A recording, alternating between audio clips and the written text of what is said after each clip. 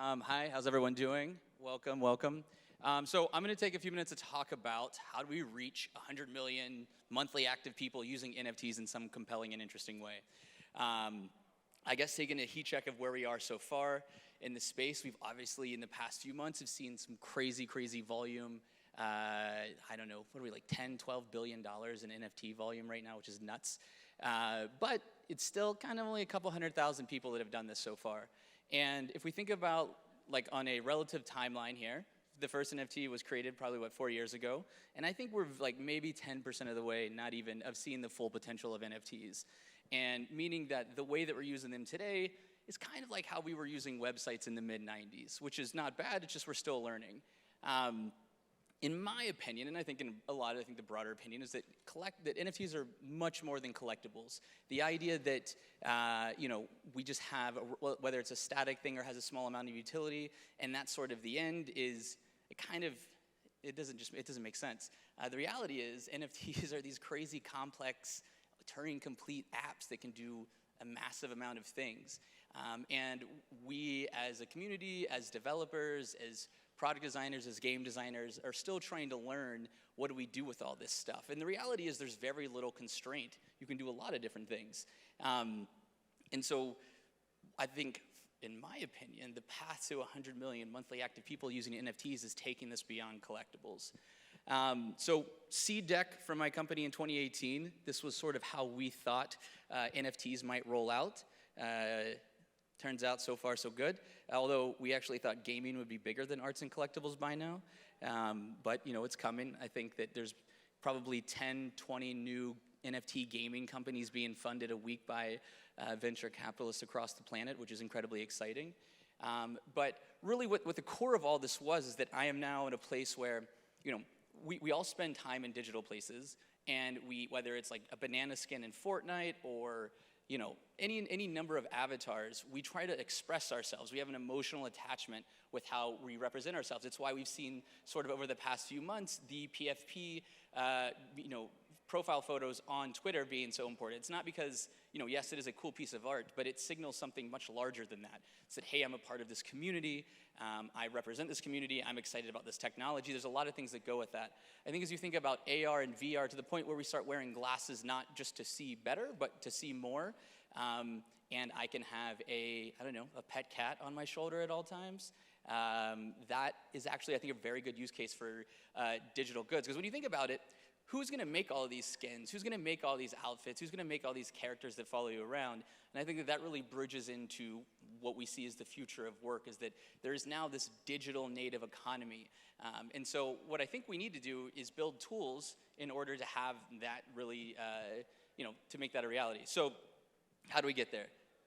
Pretty broad, great talking points here: irreverence, accessibility, and education. So irreverence is just really around the idea that the way things are not the way things have to be. I don't know if you see here, Chris Dixon had this great quote a few weeks ago that just stuck with me. He's like, how long do you think the internet is going to exist? Let's say ballpark 2,000 years. We're only 30 years into the rules of how all this stuff works. And so I think basically having a little bit of an irreverence towards the status quo, towards the way that, websites are made, the way that apps are made, the way that games are made, where now there's this opportunity to introduce a new primitive that is ownership, and that NFTs are sort of the atomic unit of.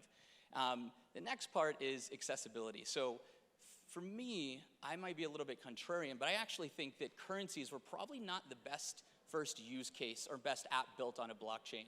I think that digital goods, obviously we've seen over the past few months and year, has absolutely exploded, and because it's so much more contextual and the value is tangible. And I think a world where digital currencies are kind of hard to come by and there's a lot of other sort of regulatory concerns, I think there's a much bigger opportunity in digital goods. And for that, I don't think that you should need to be a blockchain or a cryptocurrency expert in order to participate in this economy. So I think building with that accessibility in mind really helps towards the path of 100 million people. And then last, and certainly not least, is education. I think that's everyone's opportunity to help. I think everyone in this room is probably 10 to 15, steps ahead of like the general populace around what I can do with NFTs and where the opportunity is. And so in general, these three things alone, I think if that is the focus, if the focus is not on floor price or speculative value, if we're focusing on these things, I think this is how we get to this 100 million path. So just kind of for reference, what we're doing at Bitsky in order to make this a thing, we have 3 products that we have right now live. We have a wallet, we have a marketplace, and a developer platform. We went live in February. We're about 200,000 wallets created, sold about 75,000 NFTs, and I'll get into it in a second, but you didn't have to have a cryptocurrency to buy any of those. The marketplace, which some of you may have seen so far, it's been kind of closed access all year. We're going to actually open this up later this month. So this will allow anyone on the planet to create and sell NFTs, and those NFTs will be able to be purchased with a credit card. When you sign up to sell things, you don't need to create a wallet, you don't need to have Ethereum. We handle all the minting and everything. We abstract that complexity away. Again, staying sort of outcome-oriented on making this accessible, allowing people to participate in the space without having to become experts. And then we'll have secondary, this is going to be all primary sales through the end of the year, and then in Q1 we'll be adding secondary sales. The other thing that we have is this developer platform, and our philosophy is that you should be able to bring blockchain or NFTs into any whether you're building a social app, whether you're building a game, that shouldn't be hard. You shouldn't need to spin up a blockchain engineering team. You should be able to use some pretty easy endpoints like you would normally as a developer. And listen, if you want to make that like your core competency, by all means. But in the same way that we probably, I don't think anybody in this room runs their own email server, or any company that you work for generally runs their own email server. I think that that's kind of the abstraction level that we'll be looking at when you think about building NFTs into a product. So we have a great wallet SDK, because our wallet is a single sign-on, OAuth compliant wallet. We have a very cool NFT creation API that is not public, but will be coming out later this month, where you as a developer can just hit it and say, hey, mint this NFT based on this set of rules. You don't have to know anything about gas or anything. We just mint it for you, and we kind of bill you at the end. And then we also give you sort of programmatic wallets as well. So think of it this way, like say you're building a game and you beat level 1, and the player, you want to give them a sword as a reward, as an NFT. You can actually key off of that, off-chain event in order to execute an on-chain transaction. So this is live now, big improvements coming. And then the last part is the Bitsky Wallet. So this is a little bit contrarian. I think that we had the teen earlier talking about self-custody, and we know this mantra, not your keys, not your crypto. I'm very anti that. I think that you should always have the optionality to have your own keys, but if we make that a requisite, then we're really kind of losing the forest for the trees. I think if we're really trying to build for 100 million people, then we need to do something that massively increases accessibility of wallets. That's the common denominator under everything. So for us, we've actually built our own private key management stack. We have hardware security modules where all the private keys live in.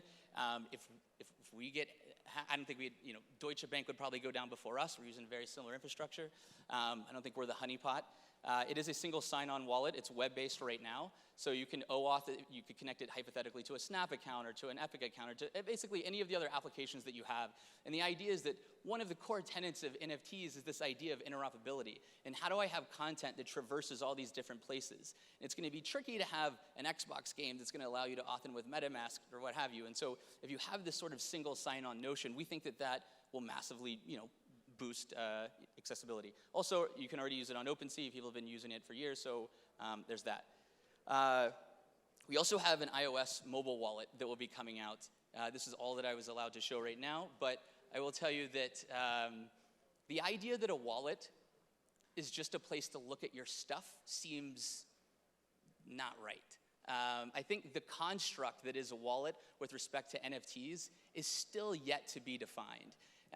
So we have some exciting things coming down the pipe. That'll probably be Q1.